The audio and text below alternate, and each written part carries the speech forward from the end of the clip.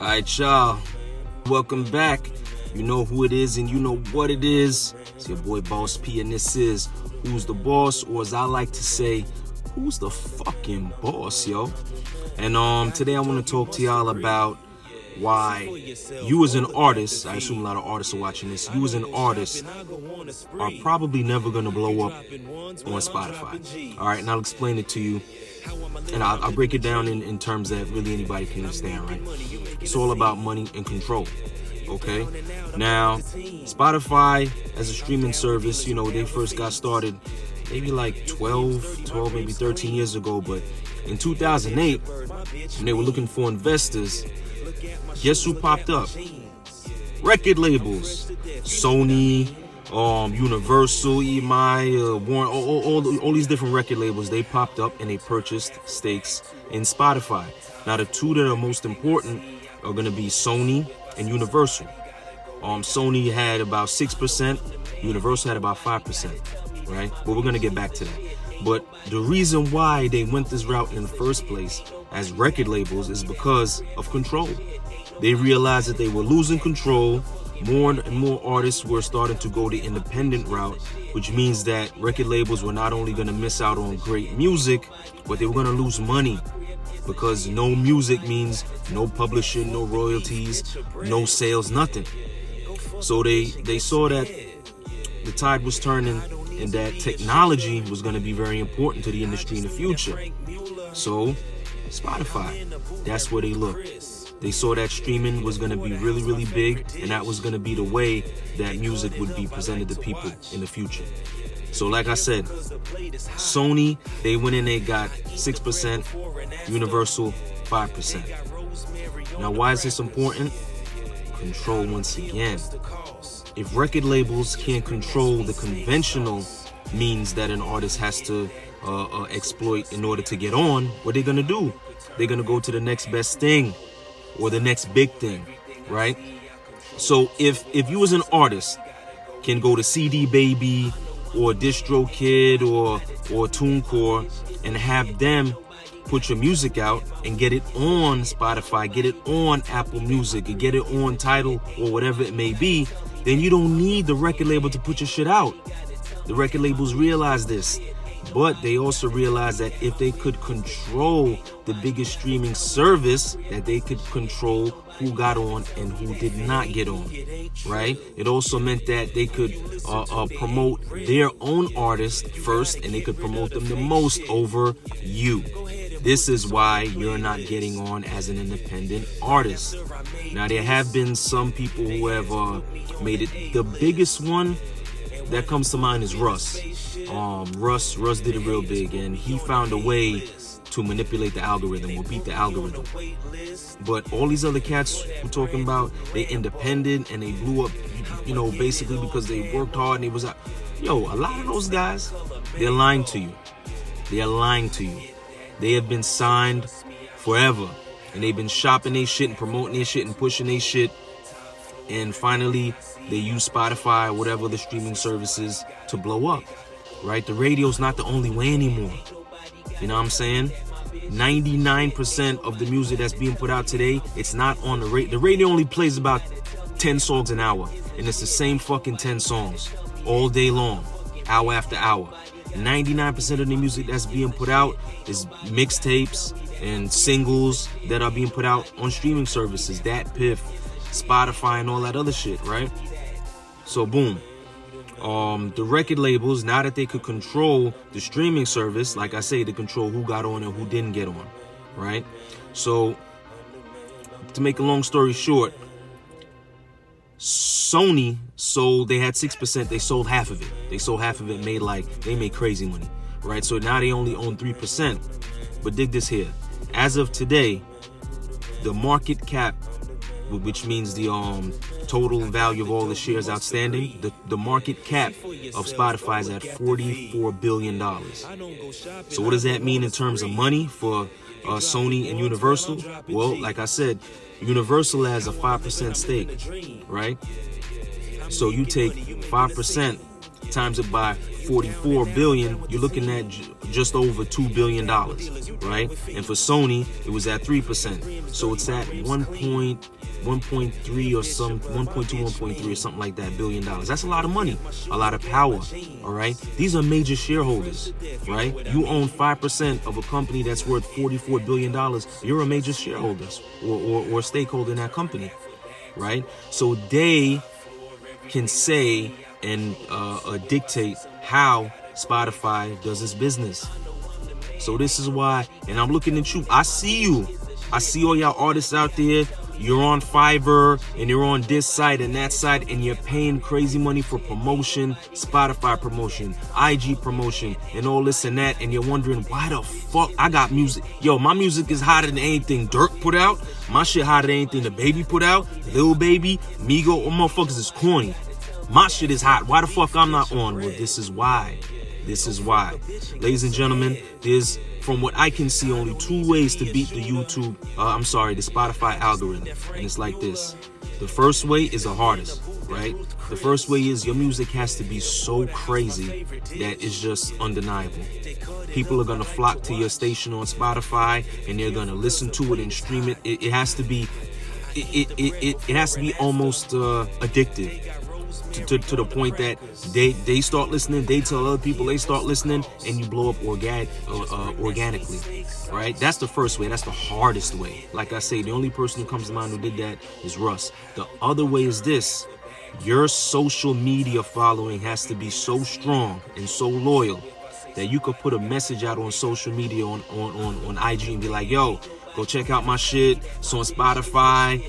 Go stream it. Here's the link. Boom. And everybody who follows you hits that link, goes to Spotify, and starts streaming your shit. All right. At that point, if one of those two things happen, right? At that point, if one of those two scenarios play out, the algorithm is saying, oh shit, this person has, well, they have 5,000. Now they got 10, 15, 20, 25, 50,000 people listening to their shit. All right, cool.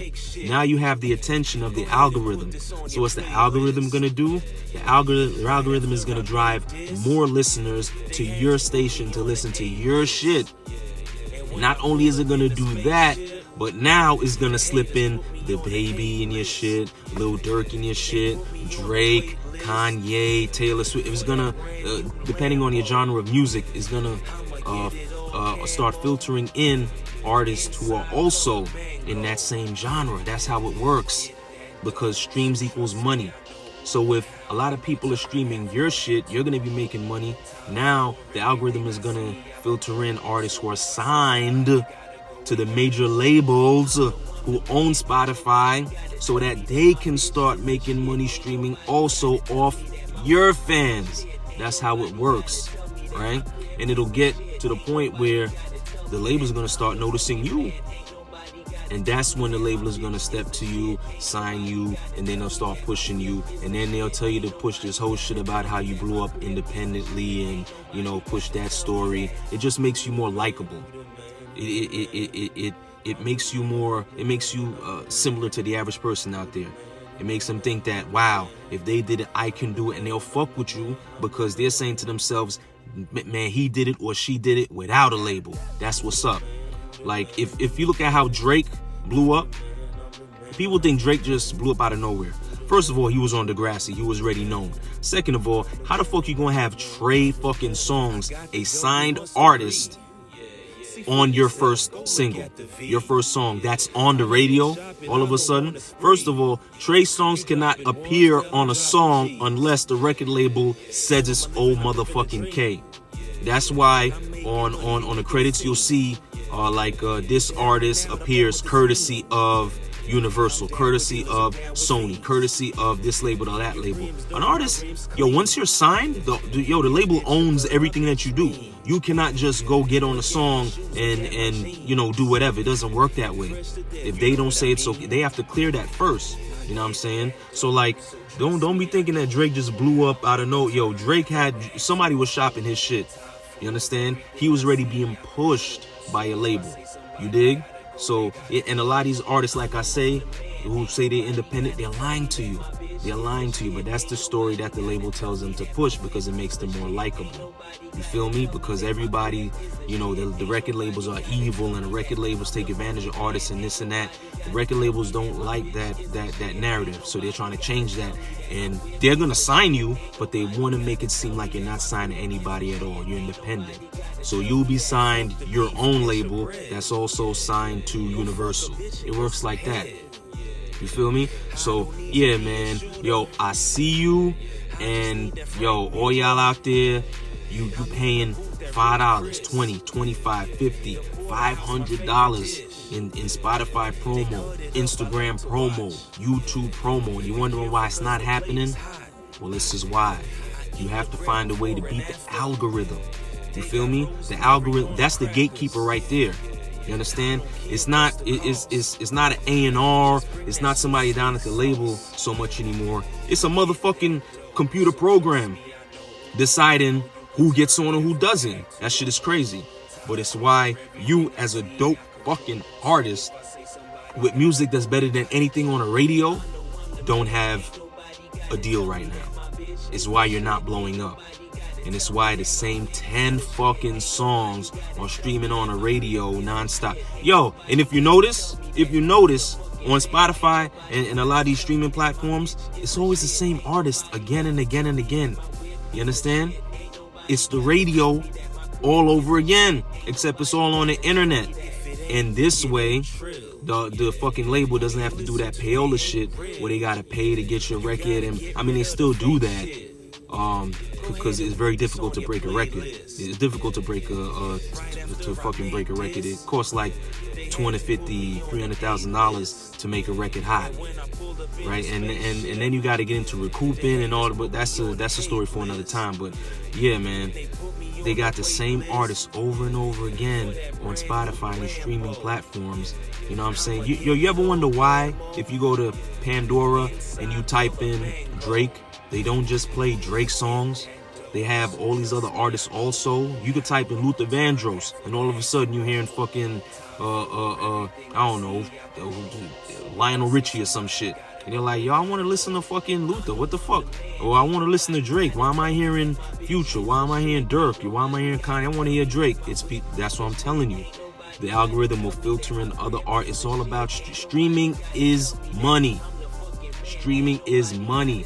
And the more eyes that are looking at the music and the more ears that are listening to the music is the more money they can make in streams, right? On YouTube, it's all about eyes. Spotify and other streaming platforms, it's all about ears.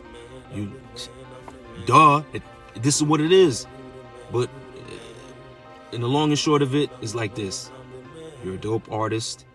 You got great music. Your mixtape is crazy. But the reason you're not blowing up is because the computer program is making it so that you can't. It's making it so that Drake or Lil Wayne or whoever could have 300 million fucking streams, you know what I'm saying? And you don't have any. You know what I'm saying? So yeah, man, I just wanted to break that shit down to you. Cause it's kind of crazy. The record labels, they've been running shit in the old time. They've been running shit the old way for years, and now they're taking advantage of technology and they're running shit this new way also. So listen, don't get discouraged. If you're not on, if you're not popping, if your shit is not getting as many plays or Shazams on Apple Music, it's not because you whack. It's not because your shit is trash. That's not the case. Yo, let me tell you something. Followers, your social media following is huge. You could be a dope fucking artist, but if your music is a 10 and you only have 300 followers, you're not getting the attention of anybody. If your music is trash, but your social media following is outrageous, like say 12, 15, 20,000, you're gonna get the attention of the majors, and they're gonna start fucking with you, even though your music is garbage. That's why there's a lot of garbage artists on the radio and on Spotify, and you know, they got all these deals and all this shit going on, and they popping, but you're like, yo, I sound 10 times better than them. What the fuck? And I've been on Spotify for years, longer than them. What the fuck? This is why. But yeah, man, I just wanted to break that shit down to y'all real quick. That's all I got for y'all today. Until next time, please be safe, watch your back, and wear a condom to catch what comes out your nutsack, you heard? It's your boy Boss P, and I'm out.